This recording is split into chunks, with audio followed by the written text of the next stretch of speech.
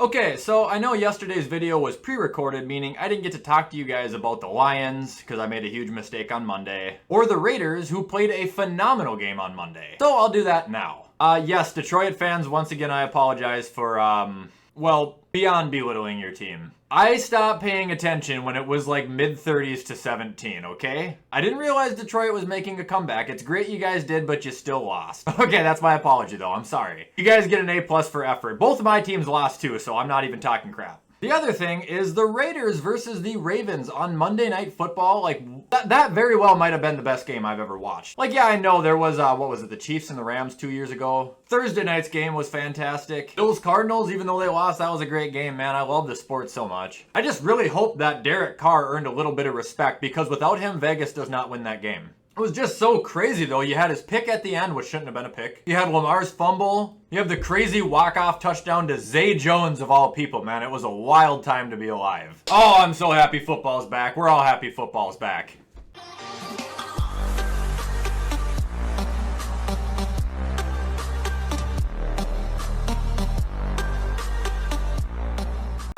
Alright, what is up guys, and welcome back to another video. This is going to be my official Week 2 predictions. Week 1 was absolutely terrible. I finished 7-9. I know there's a lot of other people that also got a bunch wrong because, well, this was a really weird week in a good way. But we gotta try and bounce back because 7-9 is not acceptable. One quick thing before we hop into the video, guys, head over to gfuel.com, use code WyattzWorld, save yourself a discount on any G Fuel products. Wow, this is a lot of red going on right here. This is not planned. Anyway, on to the video.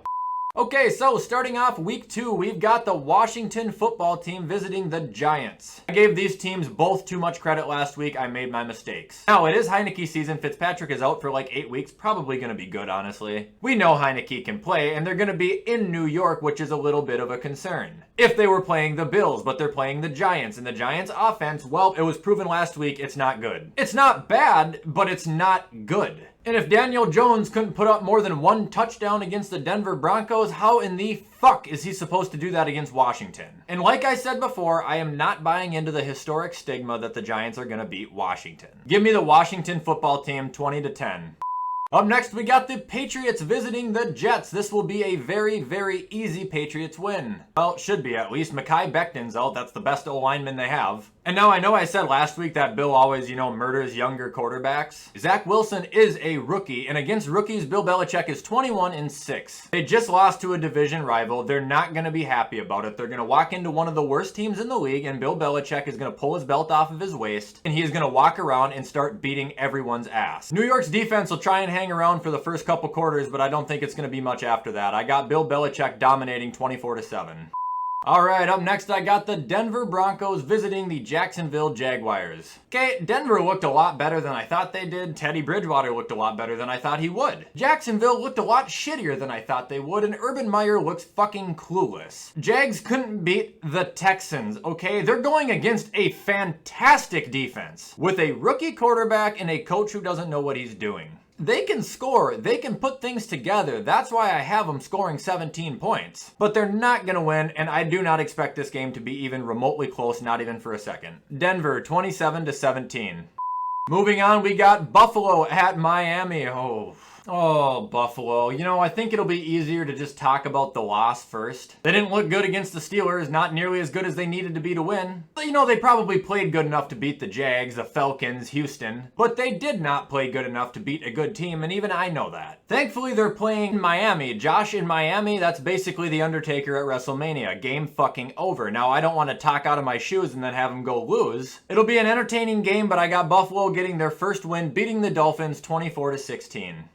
Alright, up next we have the San Francisco 49ers at the Philadelphia Eagles. Okay, the Eagles are going to be revealed this week. This will be a very, very good week to watch Philadelphia. Jalen Hurts looked fantastic on Sunday. The 49ers defense started to crack. Like I said, I know I missed that. But I don't really know what to expect here, okay? Philly's D did really good against Atlanta. I could have been completely wrong. They actually might be a good team. I don't think so, but maybe. I got a close score, an odd score, 24-19 San Francisco. I don't know why, I'm just feeling like this game's gonna be a little bit weird. Touchdowns, field goals, missed kicks, shit, I could see a safety even. Only time will tell, but it should be a good game.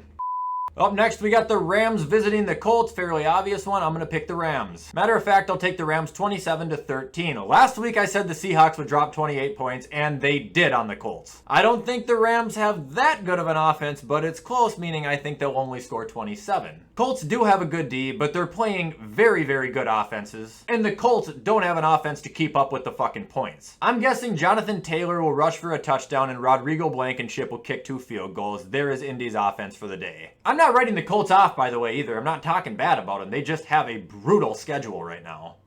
Moving on, we got the Vegas Raiders visiting the Pittsburgh Steelers. Ooh, I want to pick Vegas here, but I can't do it. I said it last week. I expected Pittsburgh to play good defense, and they did, and they're going to continue to because, well, they have a great defense. But my concern grows when the second highest scoring offense in the entire NFL could only put up 16 points on them. I don't see how Vegas is going to throw up any more than Buffalo. Average offense, average defense versus average offense, way above average defense. Like, I think Pittsburgh is going to win this game. The way I have this game going is a complete blowout for the first half. Derek Carr will make it interesting in the second half, but the Raiders will come up short, allowing Pittsburgh to win 21-14.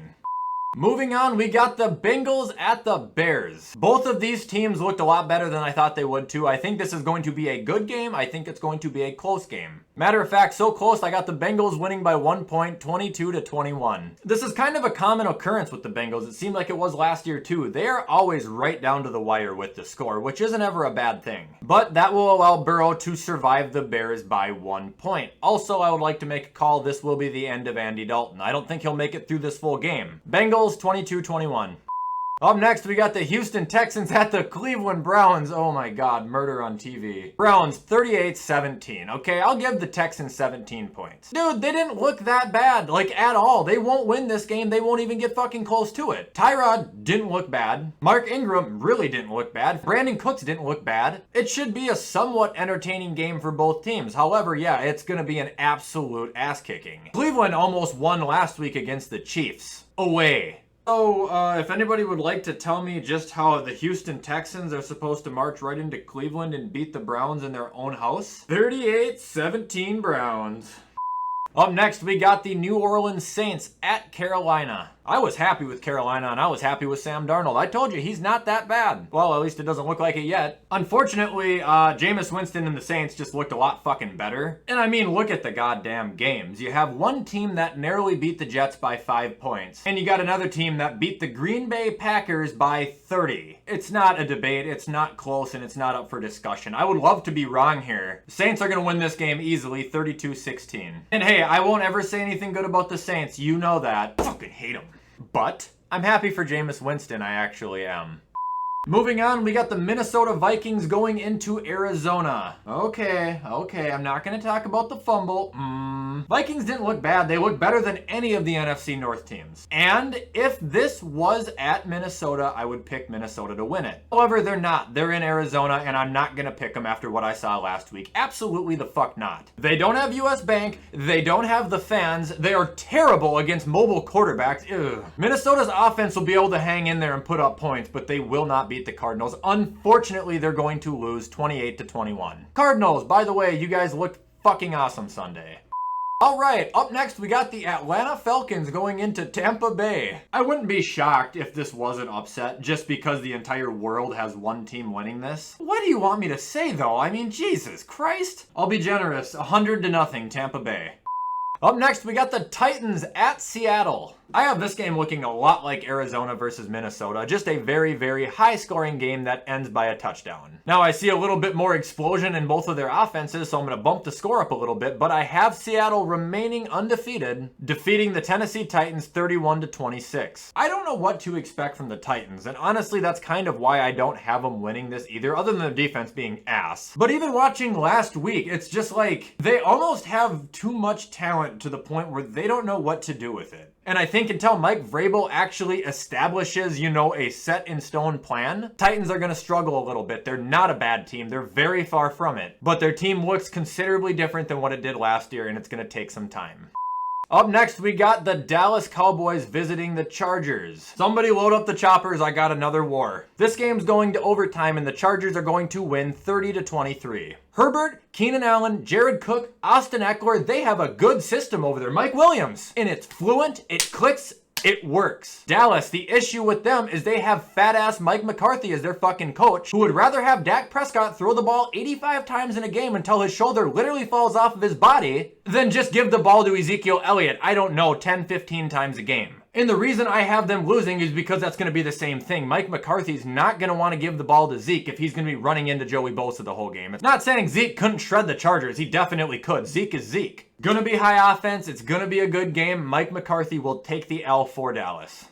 Moving on, we got Kansas City at Baltimore. Look, I'm not saying this because Baltimore lost to the Raiders. I'm saying this because we got to see Baltimore lose to the Raiders. We got to watch them. We got to see their defense play. Obviously, they're crippled. They had the injury bug this year, so let's not let that just go unnoticed. But their defense did have a couple other holes in it. And all things considered, I think that the Raiders actually played Lamar pretty good. I know he had 2 or 3 long runs, but of all the attempts he had, it looks like they were on him and they smothered him like that. We also got to see the Chiefs beat a very, very good team. I think the Chiefs are going to once again beat a very, very good team in the Baltimore Ravens. It'll be close. Baltimore is going to wake up. Harbaugh's going to slap the shit out of them. They're going to be a new team, but I still have them falling short by a field goal. Kansas City wins this game 24-21.